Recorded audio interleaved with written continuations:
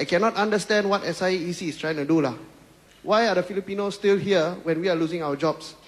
And we are doing the same work at lower pay, but they are still in existence. And they are still working until this very day.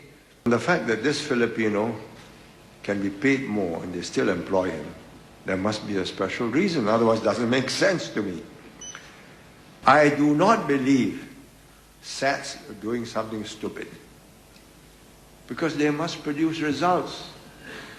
If we get rid of all foreign workers, because we've got these unemployed Singaporeans who must be employed, I think our economy will go down in a tailspin. This is a bad period. We've got to go through it. We'll go through it and we'll come out on top. But we do things in a sensible way. Don't let the economy go down. Whatever else we do, our companies must be competitive and stay competitive. If they are dead, there are no jobs for anybody. I understand how much pain it is. So I'm sorry if I cannot give you a simple answer, yes, let's sack the Filipino. Can't be done. In the current economic downturn, more Malay workers difficulty to get a job. Furthermore, more Malay workers were retrenched. Grave concerns among the community. Can I have your reaction, please, sir? Well, this has troubled me because many MPs report that they're getting more Malays coming for help. So I call for the figures. The Chinese, 82% of the retrenchments. Indians, 7% of retrenchments. Malays are between 11 to 14%. So it's not true that they are being retrenched at a higher proportion than the Chinese or the Indians. But what is true is that as there are more Malays in the lower end jobs, they are more liable to retrenchments. What is also true is that the employer says, I'm looking for a Chinese. This is a problem. I mean, we live in a multiracial society. The long-term answer is to get better educated. I see that as one solution.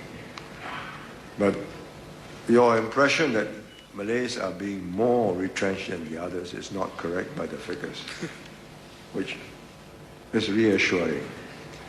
Recently, we have seen governments and JLCs retrenching workers.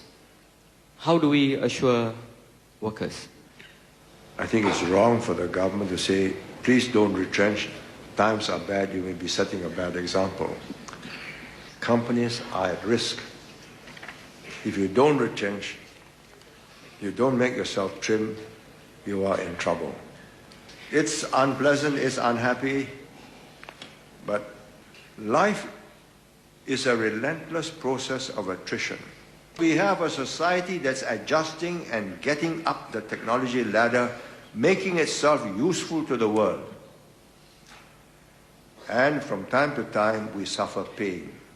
If we trim down our operations, become more productive, we will be able to pay our workers and we will still be competitive.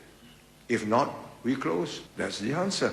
Would it be possible we could create a special economic scheme to accommodate the need of this growing aging population? We are not going to die at 60 as we used to. For those 55 and above, we have to really change our mindset. Squeeze down the difference between entry pay and final senior pay. Then the desire of the employer to get rid of the older workers and hire new ones will not be so great. The day you can't adjust and change, you begin to shrivel and die. That's all.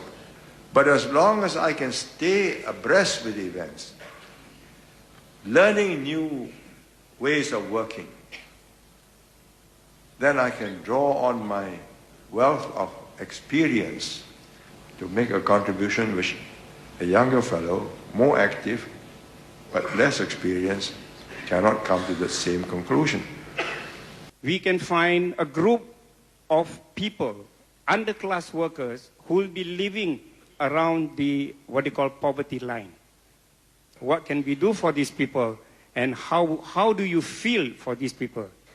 I cannot tell you how difficult it is. There are about 5% of the population that's always in trouble. We can take the Western approach, like the Germans, and just give you unemployment benefits. I think you'll find our reserves just shrinking like that.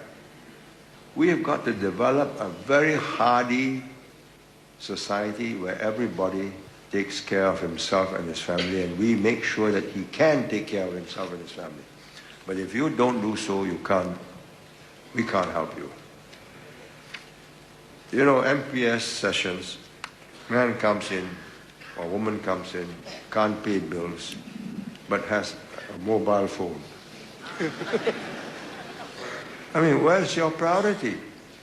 In the end, you just got to support them.